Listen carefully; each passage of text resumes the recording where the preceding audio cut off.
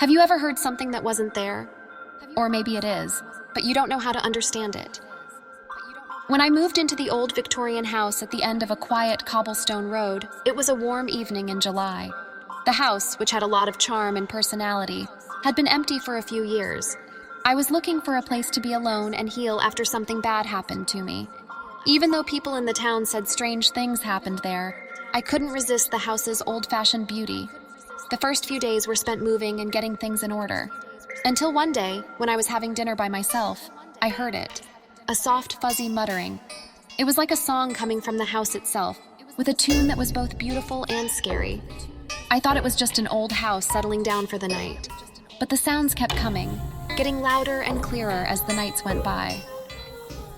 A strange tune started to come together. It was a song sung by an ethereal woman, and it was both soothing and unsettling. I couldn't figure out where the chilling voice was coming from, but I could hear it all over the house. The more I thought about it, the more I wanted to know.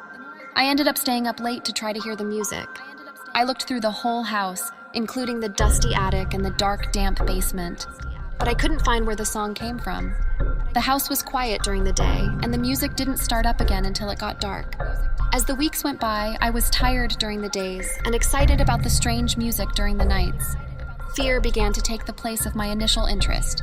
I chose to invite Clara, an old friend who is a scientist with a good sense of the strange. Clara was interested in what I said, but she quickly came up with logical reasons, like old pipes, wind getting in through the cracks, or even an animal nesting. But when night came and the song filled the house, Clara's ideas fell apart. She couldn't explain the sad tune that made us feel like we were being held by ghosts. We looked through neighborhood records and talked to people to try to figure out what was going on.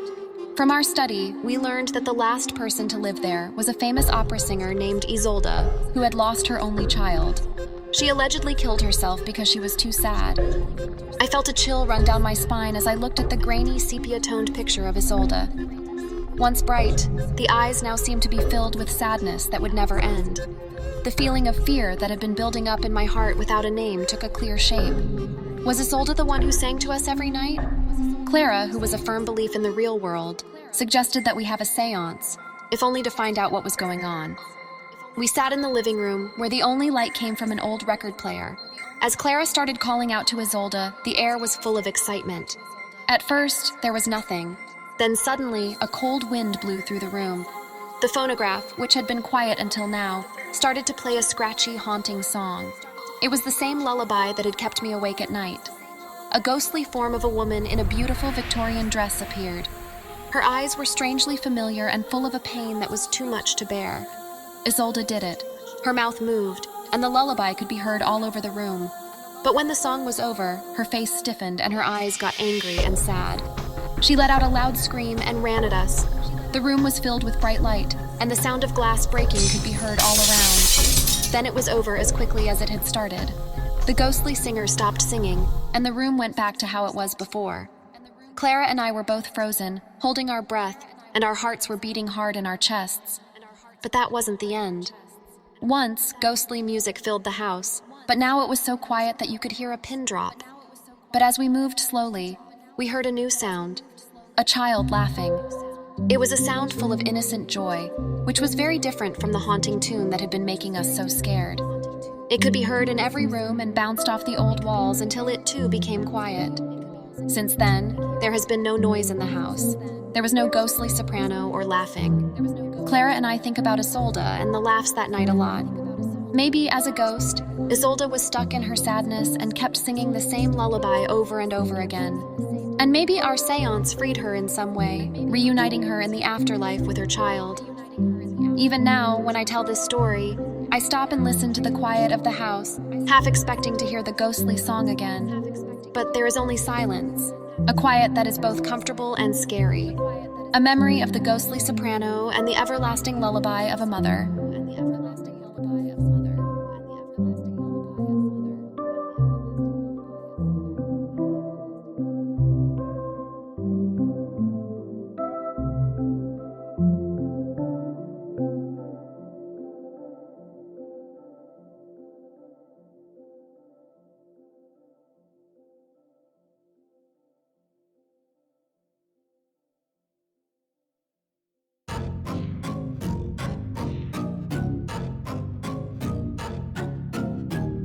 My name is Henry, and I love strange and macabre things.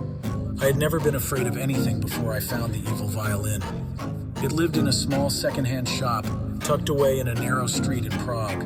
An old, broken violin almost got lost in a sea of everyday things. It had a strange charm, and the worn wood and broken strings showed that it had a long and interesting history. An accompanying note read, "Beware, this Stradivarius sings not of music, but of death." I bought it because I thought it was an over-the-top sales pitch. The violin went across the ocean and now lives in my collection with scary objects and paintings that look like they are haunted. It was just a decoration, and it didn't hurt anyone. One windy night, I couldn't help but want to hear the sad tune of the cursed violin. I went to get my bow, which I hadn't used since high school music. I got ready for a strange sound as I ran the bow across the strings, but the violin made a hauntingly beautiful tune, and the notes could be heard in my house even though it was very quiet. It was a beautiful tune full of sadness and desire, a tune that told stories of a time long gone. With each passing second, the beat got faster and the echo got stronger, making a strangely seductive symphony. I finally saw her. Out of the darkness, a woman dressed in 18th century clothes could be seen. Her beauty was heavenly, but her eyes were filled with hopelessness. As the notes remained in the air, she danced in a way that matched the sad music. As soon as the last note of the song ended, the ghostly figure went away. My spine shivered, and a feeling of dread gripped my heart like a vice. I put the violin back, and now the music of death can be heard in the eerie silence of my house. The days turned into bad dreams. Every night the woman would show up. Her dance would get faster, and her wails would echo the violin's sorrow. Soon, I started to find strange marks on my body, as if an unknown force was trying to claim me. I was scared, so I asked an old friend who was a well-known ghost investigator for help. As I told him about my trouble, he got whiter and paler. He said that he had heard of this violin that was cursed. It was said to have been made by a sad artist who put his dying lover's spirit into it so that she would live on through the music. My friend told me to give the violin back. He thought that the spirit was stuck and that it could only be free in its own land. I didn't believe at first, but I had to because I was desperate. As the plane got closer to Prague, I could feel the violin in my bag getting heavier, and I had a feeling that bad things were about to happen. The owner of the antique shop, who was now old and frail, gasped when he saw the cursed item. He apologized for his mistake and quickly gave me back my money. As he put the violin back where it belonged, his hands were shaking. My trip back home was long and tiring, but it went without a hitch. I fell into my bed and had the best night's sleep I'd had in months. I woke up feeling good and ready to enjoy the peace that comes after a storm. But as I walked by my collection, my heart sank. There in its usual spot, the evil violin was sitting. I was shocked by what I saw. I couldn't leave without it, and it couldn't leave without me. The spirit wasn't stuck in the violin. Instead, it was stuck in the music it made, which now lived in me. My nights are filled with the ghostly waltz, a woman's dance that has become a terrifying sign of my approaching death. The sad tune of the music keeps playing in my head, reminding me that I can't change my fate. Now I wait, my life measured in the eerie rhythm of the cursed violin. I am its final note, the last echo before the silence. The violin no longer sings of music, it sings of me.